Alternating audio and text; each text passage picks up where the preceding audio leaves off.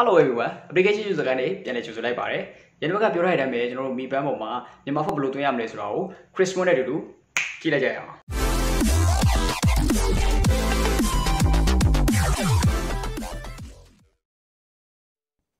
Okay ကျွန်တော်တို့မီပန်း4ရဲ့ကိုမြန်မာဖောက်ထဲဖို့ပထမဆုံးလုပ်ရမယ့်အချက်ကမီ fit ဆိုတဲ့အပ်နဲ့မီပန်း4ကိုပဲလုပ်ထားပါမယ်။ကျွန်တော်တို့ဒီမှာမီ fit နဲ့မီပန်း4ကိုပဲလုပ်ပြီးသားဖြစ်တယ်။အဲဒါကြောင့်အပြင်ပြန်ထွက်လိုက်မယ်ပြီးရင်ကျွန်တော်တို့အရင်ဘက်ကပြောခဲ့သလိုပဲမီဘန်းတွေကို project အသုံးပြုဖို့အတွက်ဆိုလို့ရှိရင် notify and fitness for မီဘန်းဆိုတဲ့ app လေးလိုမယ်အဲ့ဒီ app လေးနဲ့မီဘန်း4ကိုပဲထပ်လုပ်ပေးရမယ်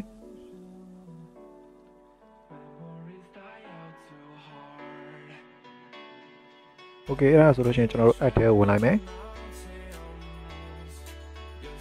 โอเคသူကပဲလုံးမှလာမေးတယ်ပဲကိုနှိပ်ပေးရမယ်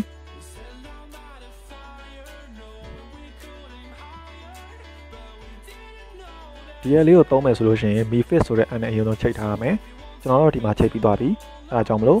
next ကိုနှိပ်လိုက်မယ်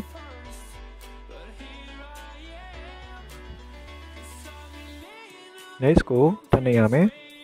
ဒီမှာကကိုယ့်ရဲ့ height နဲ့ weight ကိုဖြည့်ပေးရမှာပါပြီးရင်တော့ complete နှိပ်လိုက်မယ် Okay အဲ့ဒါဆိုရပြီကျွန်တော်တို့ Mi Band 4နဲ့ TL လေးနဲ့ချိန်ပြီးသားဖြစ်သွားပြီအခုပြထားတဲ့ link လေးကတော့ Mi Band 4ရဲ့ဒီမှာ font link လေးပါ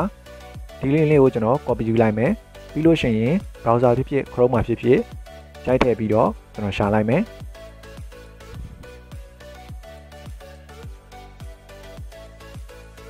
အဲ့မှာမြန်မာ2ဆိုတဲ့ file လေးကိုတွေ့လိုက်မယ်အဲ့ဒီ file လေးကို download ဆွဲလိုက်မယ်အဲ့ပြီးရင်တော့ကျွန်တော်တို့ဒီ app ထဲကိုပြန်သွားမယ် app ထဲကဘယ်ဘက်တောင်ဆိုရင်အပေါ်မှာဘာသုံးပါလဲရှိတယ်အဲ့ဒါကိုနှိပ်လိုက်မယ်ပြီးရင် setting ကိုနှိပ်လိုက်မယ်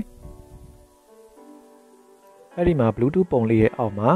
Mi Band firmware update ဆိုတာရှိတယ် update ကိုနှိပ်ပေးရမယ် Okay ဒီမှာဆိုလို့ရှိရင် store firmware နဲ့ choose file ဆိုတာရှိတယ်အဲ့မှာ choose file ကိုနှိပ်ပြီးကျွန်တော် download လုပ်ထားတဲ့ file လေးကိုပြပေးရဒီမှာဆိုလို့ရှိရင်တော့ဒီမှာမြန်မာ2ဆိုတဲ့ font file လေးရှိလိမ့်မယ်အဲဒီ font file လေးကိုနှိပ်ပေးရမယ်ဒီမှာ fill font လို့ပြနေလို့ရှိရင်အဆင်ပြေတယ်ဘန်းပုံကို start edit နှိပ်ပြီးတင်လိုက်ရုံပဲ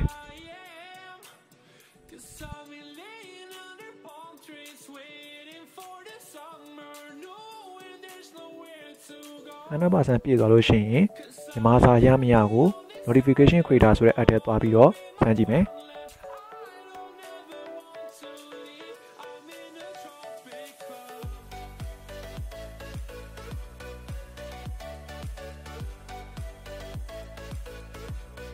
ဒီမှာဆိုလို့ရှိရင်ကျွန်တော်မဖြိုးဖြိုးအောင်ရဲ့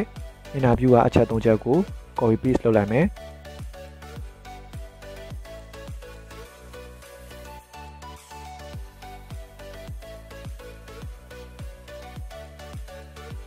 notify me ကိုနှိပ်ပြီးတော့ဘန်းပေါ်ကိုတင်ကြည့်လိုက်မယ်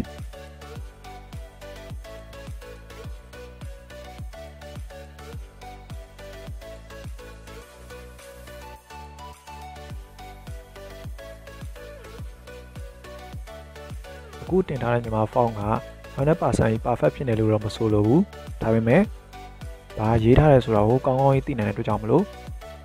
သုံးရတာအဆင်ပြေပါတယ်Okay ဒါကတော့ Mi Band 4ရဲ့မြန်မာပေါက်တင်လေးပဲဖြစ်ပါတယ် Hello ဒီဗီဒီယိုကိုကြိုက်နေတဲ့ဆိုရင်တော့ like and share လေးလုပ်ဖို့မမေ့ပါနဲ့ကျွန်တော်လီယန်ဖြစ်ပါတယ် See you next video